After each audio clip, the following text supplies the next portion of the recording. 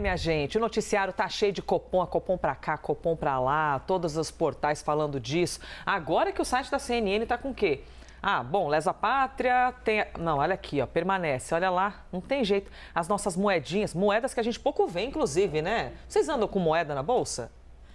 Não mais, né? Ou cada vez menos. Em casa guardadinho. Sabe aquele porta-níquel ali antigo que você deixa ali para guardar as moedinhas? Sei, aquele que prejudica, aquele que os comerciantes ficam loucos, né? Ficam dizendo assim, cadê minhas moedas? Devolve aqui, Débora. Então, pouco a gente vê, né? Mas é esse dinheiro que, independentemente da forma, seja por Pix, online, não sei o quê, dinheiro em espécie, é disso que a gente vai falar agora. O Copom, essa galera que faz parte do Comitê de Política Monetária do Banco Central, eles interromperam o corte da taxa Selic. E vocês se lembram, bom, no primeiro ano de governo Lula, quanto a gente ouvia, né, os gritos, modo de dizer, claro, olha, vocês têm de cortar, é um absurdo, a gente não admite a Selic desse jeito e tal. Aí começou o ciclo de cortes, aí agora, sinal vermelho, pararam. Pois é, com isso o Brasil tem o segundo maior juros real do planeta. No dia a dia, qual o impacto disso para as nossas vidas, Débora? Explicar o que é esse juro real, né? Quando a gente fala o que é um juro real. Porque fica parecendo que o outro é de mentira, então o que é isso, juro real? A taxa Selic, gente, está em 10,5%, vai permanecer assim, aí eu já chamo vocês para a tela. Vamos para cá? Porque aí vocês vão entender alguns motivos do Banco Central e o que é esse juro real. O juro real, gente, nada mais é do que a gente pegar essa taxa Selic em 10,5%, diminuir aquela inflação que a gente tem, então, no ano. Até então, a inflação acumulada no ano está na casa dos 2, quase 3%. Então, nosso juro real está hoje em 8,9%. A gente precisa contar a inflação desses juros e a gente tem o juro real.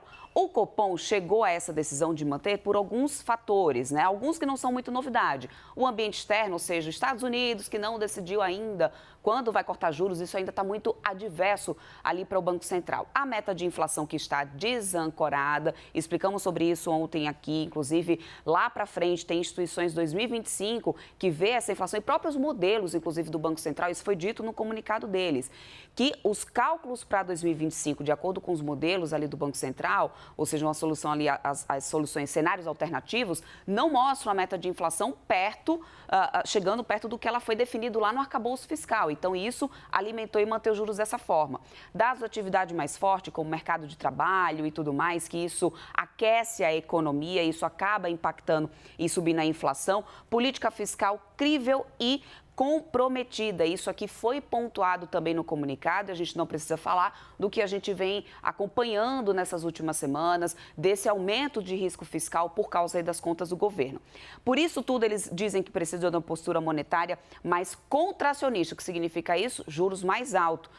Por fim, a decisão que foi unânime, que essa era uma sinalização muito esperada pelo mercado, mas eu entro já nisso. Vamos entender o porquê que esses 10,5% impacta muito na sua vida. Eles falam tá difícil, né, Débora? Nossa, como falam difícil. Ambiente externo adverso. Adverso. Nada mais é porque não tem certeza, contracionista. gente. Estados Unidos ainda não sabe quando que vai cortar juros.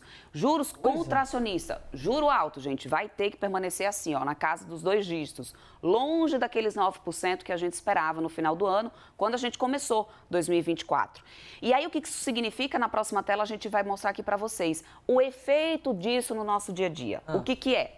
Aumenta a inadimplência, porque se a gente tem juros muito altos, a gente começa a ver pessoas não dando conta de pagar os financiamentos e aí que, no final das contas, isso pode aumentar a taxa de inadimplência. A diminuição de acesso aos empréstimos. Gente, não é todo mundo que tem condições de pagar uma taxa de juros mais altas. Além disso, se a gente tem aumento de inadimplência de um lado, a gente tem instituição financeira dizendo assim, o risco está muito alto, eu vou diminuir o crédito no mercado. Eu não vou abrir a possibilidade de crédito. E aí, então, isso dificulta... Ou aumenta a taxa, né? Aumenta a taxa, viu, Elisa? E isso dificulta financiamento. Dificulta financiamento de quem está querendo comprar uma casa própria, porque a gente tem hoje a taxa média ali de financiamento imobiliário na casa dos 10% em algumas instituições, outras passam de 13%, ou seja, isso dificulta o financiamento, aumenta os preços, porque se a gente tem juros altos, a gente começa a aumentar o preço de outras coisas para, no final das contas, diminuir o quê? O poder de compra da população. Porque essa é uma das intenções dos juros altos. Se a gente tem uma massa salarial muito alta, tem muita gente ali, emprego que está aquecido, é claro que isso é muito bom. Ninguém está falando, todo mundo quer trabalhar e ter um salário melhor. Mas isso aumenta o poder de compra da população, aumenta a demanda no mercado, isso aquece muito a economia. E o que faz? A demanda também aumenta a inflação, então precisa ter os juros altos. Só que o remédio, Elisa, ele é necessário para a doença. Mas quando o remédio ele é muito amargo e a dose é muito alta, uma superdosagem, ela acaba sendo mais prejudicial do que a própria doença. E é isso que precisa ser observado. Pois é. Porque os juros muito altos por muito tempo também acaba sendo negativo por todos esses outros fatores que eu estava te mostrando aqui, porque impacta muito também a população. Então, esse equilíbrio é importante. Voltando àquela questão da anonimidade, que era um fator muito esperado, a gente deve ter hoje, inclusive, operação muito positiva no mercado, porque tinha uma preocupação muito grande desde a última reunião do Copom, que teve aquela divisão, tem aquela questão votaram se diferente. tinha leniência ou não, que aí eu vou deixar para a Clarice entrar mais nesse ponto aí político, porque tem um porquê político aí por trás. Mas hoje a gente deve ter uma operação positiva no mercado diante dessa decisão unânime, que foi um dos recados mais importantes para o mercado financeiro. Pois é, são coisas tão malucas, né? Essa tecnicidade da coisa. Então, quando eles falam assim, eu acho incrível. Como é que fala? Mercado de trabalho resistente. Resiliente. Resiliente. Aí eu penso assim, mercado de trabalho resiliente, você quer dizer o quê, então? Que está empregando mais? Está empregando mais. Aí olha que coisa louca. Você torce para que as pessoas tenham emprego. Aí as pessoas... Vamos supor, tem emprego, aí começa a consumir mais. Aí isso mexe na inflação, aí é como se a gente tivesse uma culpa para as pessoas, porque está mais empregado, aí aumenta. Gente, essa equação não fecha na minha cabeça. Que notícia boa é notícia ruim. Que coisa louca. É muito louco isso. Tudo tem que ter um equilíbrio. Ou seja, se você reduz a taxa de desemprego, você acaba aumentando o consumo, que aí mexe na inflação, aí tem que mexer na taxa básica, aí a gente paga em outro ponto, complicado demais. E aí você tem vários setores que são afetados por isso. Para as empresas, por exemplo, porque, Débora, quando a gente tem alguém, pegou um empréstimo para fazer um avanço na sua empresa, abrir um setor novo, vai contratar mais pessoas, inclusive. Mas aí com a taxa desse jeito, a taxa alta, você não estimula a galera, né?